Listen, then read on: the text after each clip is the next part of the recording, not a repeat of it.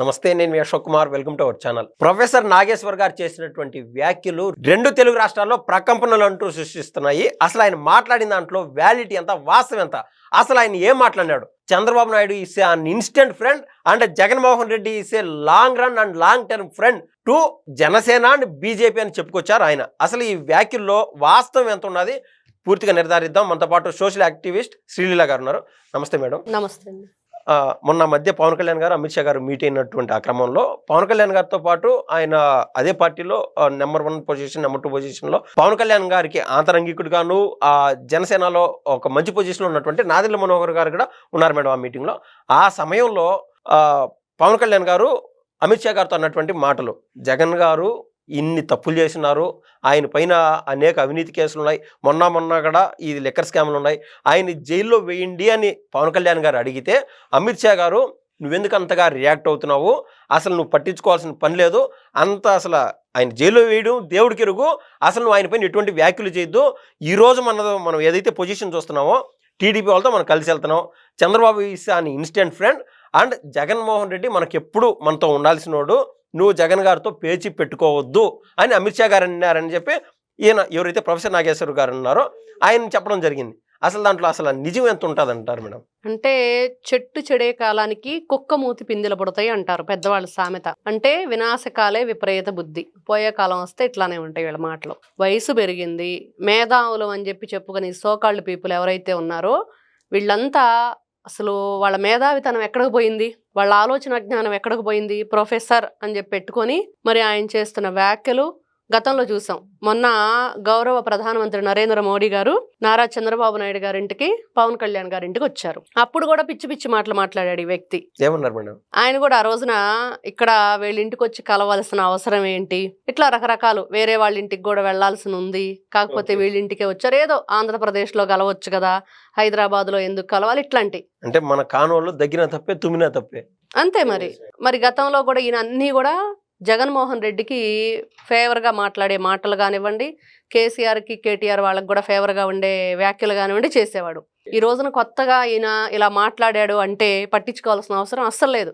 ఇట్లాంటి వాళ్ళ గురించి పట్టించుకొని ఏం చేస్తాం చెప్పండి? ఈ రోజున ఈ ప్రొఫెసర్ నాగేశ్వరరావు అనే వ్యక్తి గతంలో మనం ఎన్నో సందర్భాల్లో ఎన్నోసార్లు వింటున్నాం. ఆయన ప్రతిరోజు ఆయన వీడియోలు చేసుకుంటారు, విశ్లేషణలు చేస్తారు, వివరిస్తారు, బాగుంది. కాకపోతే నిజంగా మీరు విశ్లేషకులు అయితే, వివరణ ఇచ్చేవాళ్లే అయితే, నిజంగా ఏ పార్టీకి చెందని వ్యక్తులుగా, ఏ పార్టీకి సంబంధం లేని వ్యక్తులుగా, నీతిగా నిజాయితీగా ప్రజల కోసమే ఉన్నాము, మేము ప్రజల సమాజంలో మంచిని చూపించడానికే ఉన్నాము అని ఉంటే గనక మరి మీరు మాట్లాడే మాటలు ఎవరికి వర్తిస్తున్నాయి, ఎవరికి ఫేవర్గా మీరు మాట్లాడుతున్నారు? ఈ రోజున అమిత్ షా గారితో భేటీ అయిన పవన్ కళ్యాణ్ గారు, నాదెండ్ల మనోహర్ గారు, ఓకే, మరి వాళ్ళ ముగ్గురికే తెలియాలి ఏది జరిగినా.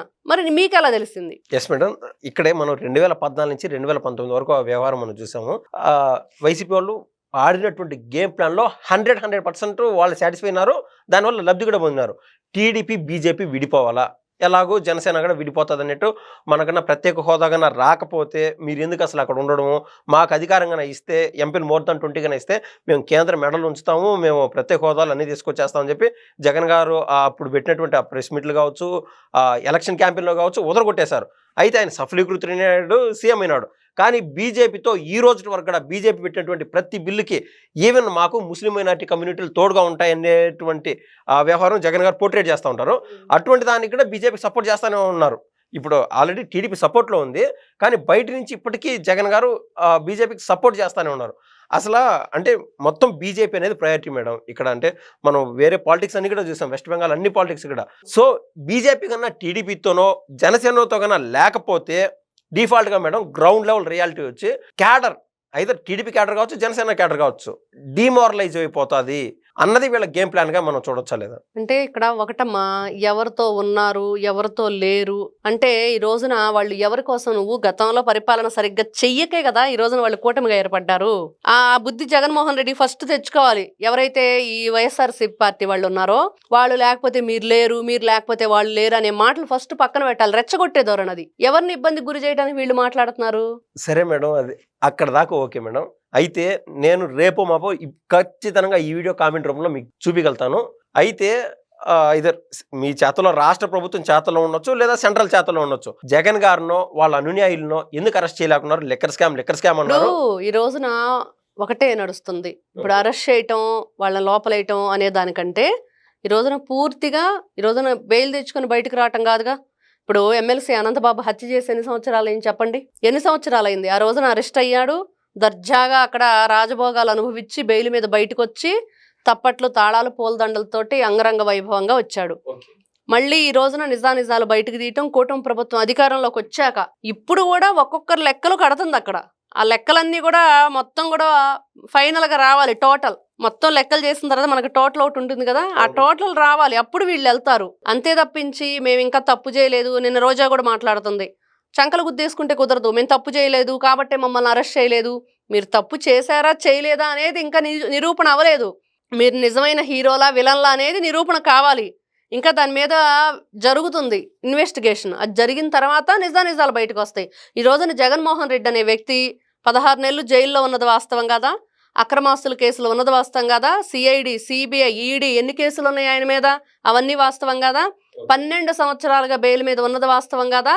ఎందుకు వెళ్ళట్లేదు అంటే ఒక ఫంక్షన్లో ఒక జడ్జి గారికి వజ్రాల వాచ్ ఇవ్వటం వాస్తవం కదా, గిఫ్ట్గా ఆయన తిరస్కరించడం వాస్తవం కదా. అంటే ఏ విధంగా మ్యానిపులేట్ చేస్తున్నారు, డబ్బుతో జనాలను ఏ విధంగా కొంటున్నారు అనేది ఇక్కడ క్లియర్గా అర్థమవుతుంది. కాబట్టి ఇక్కడ ప్రజలు ఏం కోరుకుంటున్నారు, ప్రజలకు ఎలాంటి నాయకులు ఉండాలి, ప్రజాప్రతినిధులుగా వాళ్ళు ఎలాంటి పరిపాలన అందిస్తున్నారు, మరి ఎందుకు 2019 నుంచి 24 మధ్య జగన్మోహన్ రెడ్డి ఎలాంటి మరి చేశాడో పనులు చూసాము, ప్రజలు ఎందుకు తిరస్కరించారో చూసాం. 151 నుంచి 11 పడేశారు. ఈ రోజున బీజేపీ కూటమిగా మరి ఎవరైతే జనసేనతోటి టీడీపీతో ఉందో మరి డబుల్ ఇంజిన్ సర్కారే.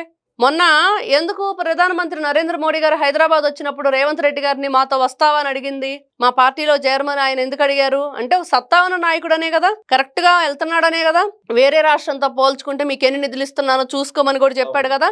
ఇది ఇప్పుడు ఎవడో ఏదో దారిని పోయే దానయ్య రకరకాలు మాట్లాడుతూ ఉంటారు. వాళ్ళ దానయ్య మాటలు పట్టుకొని మనం నిజాలా అబద్ధాలా మనం కూడా ఇంకోసారి వివరిద్దాము, ఇంకేదో చేద్దాం అనేది పిచ్చి మాటలు. సామధాన వేద దండోపాయాల్లో భాగంగా ఆఖరి అస్త్రం వేదం అనేది తీసుకొచ్చి ప్రొఫెసర్ నాగేశ్వర లాంటి వాళ్ళని వినియోగించారు, ఉపయోగించుకున్నారు. అయితే మీరు చెప్పినట్లు దీంట్లో పూర్తిగా సఫలీకృతం కాలేరు. అంబుజా సిమెంట్స్ అంత స్ట్రాంగ్గా నెక్స్ట్ ఎలక్షన్స్లో 2029కి బీజేపీ, జనసేన, టీడీపీ ఖచ్చితంగా ఈ మూడు కలిసి పోటీ చేస్తాయా ఆంధ్ర రాష్ట్రంలో? ఖచ్చితంగా చేస్తాయి, ఎటువంటి సందేహం లేదు దానిలో. ఎందుకంటే ఈ రోజున ఇప్పుడు వీళ్ళు ఎన్ని రకాల ఆటంకాలు తీసుకురానివ్వండి. ఈ రోజున విజయసాయి రెడ్డి ఎన్నిసార్లు చెప్పాడు కూటమిగా ఉన్నంత కాలం వాళ్ళని విడగొట్టలేమని. అంటే లోపాయికారకంగానో లేకుండా లోపల ఆ పార్టీకి మేలు చేకూర్చుదాం అనేది ఆ ఫేస్ కూడా దాటేసింది. ఇంకా బహిరంగంగా అందరికీ తెలిసి నిజమే కాబట్టి బహిరంగంగా చెప్తున్నారు. ఇక్కడ పవన్ కళ్యాణ్ గారు ఏం చెప్తున్నారు, ఇంకో 15 సంవత్సరాలు కలిసే ఉంటాం, ఇంకో 15 సంవత్సరాలు నారా చంద్రబాబు నాయుడు గారే ముఖ్యమంత్రి, ఆయన ఆధ్వర్యంలోనే మేమందరం నడుస్తాం, మాకు రాజకీయంగా ఎక్స్పీరియన్స్ లేదు, ఏం చెయ్యాలన్నా ఒక విజనరీ లీడర్ను ముందు పెట్టుకొని మేము ముందుకెళ్తామని చెప్తున్నారు.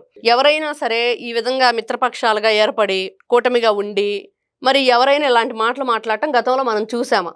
ఎప్పుడు మనం వినని మాటలు వింటున్నాం. పిఠాపురంలో కూడా టీడీపీ చేస్తున్నటువంటి చర్యలు మనం చూసాం. ఎందుకంటే కూటమి పార్టీలు పటిష్టంగా ఉండాలా మరి అంతే కదా. ఈ రోజున అక్కడ ఎమ్మెల్యేగా ఉంది పిఠాపురంలో పవన్ కళ్యాణ్ గారు, జనసేన గెలిచినప్పుడు వాళ్ళ ఇన్ఛార్జీలు ఉండాలి కానీ ఇక్కడ ఇట్లా టీడీపీ వాళ్ళ ఇన్ఛార్జీలు ఉండటం కరెక్ట్ కాదు కాబట్టి ఆయన పక్కకు తొలగించారు. ఆయనకు వేరే ఇంకా పార్టీలో ఉన్నాయి పదవులు. ఇవన్నీ కూడా ఇట్లాంటివన్నీ కూడా ఏదో చిలికి గాలివాన్ చేసినట్లుగా, వాళ్ళు ఏదో ఇళ్ళలగానే పండగ అయిపోయినట్టుగా ఏదో ఇంత దాన్ని చూపించి అంత చేసి చూపించడం వైఎస్ఆర్సీపీ పార్టీ వాళ్ళకి అలవాటుగా మారింది. వాళ్ళకి తానా అంటే తందానా అంటూ వాళ్ళు వేసే డబ్బుల కోసం మాట్లాడే వీళ్ళంతా సమ్ సోకాల్డ్ పీపుల్, మేధావులు అని చెప్పి పిలుచుకునే వాళ్ళు ఎవరైతే ఉన్నారో వాళ్ళు ఇలాంటి 100 రకాలు మాట్లాడివ్వండి, ఎవరికి నష్టం లేదు, ఎవరికి ఇబ్బంది లేదు. ఎవరు కూడా ఎన్ని రకాలుగా అనుకున్నా ఈ రోజున ఆంధ్ర రాష్ట్రానికి అమరావతి రాజధాని, ఆంధ్ర రాష్ట్రం మరి అభివృద్ధి పదం వైపు నడవటం మరి వాస్తవం. అదేవిధంగా ప్రజలు ఎవరైతే ఉన్నారో వాళ్ళు ప్రశాంతంగా ఉన్నారు, పిల్లలు మంచి భవిష్యత్తు ఉంది.